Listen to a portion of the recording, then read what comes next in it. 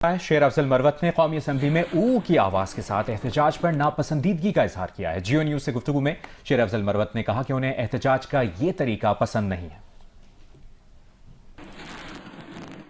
Sir आज फिर ऊ का एहतजाज करेंगे? मुझे खुद ये लफ्ज़ ऊ पसंद नहीं है ज़ाती तौर पे। वो लफ्ज़ ऊ निकालता हुआ मुझे खुद अपना आप थोड़ा गीदड़ सा महसूस होता है। क्या महसूस होता है? गीदड़ सा। तो ये ऊ का नारे जो है ना, ये तो गीदड़ लगाते हैं, लेकिन अगर पार्टी कहे कि लगाना है तो फिर तो लगा लेंगे। गीदड़ बन जाएंगे।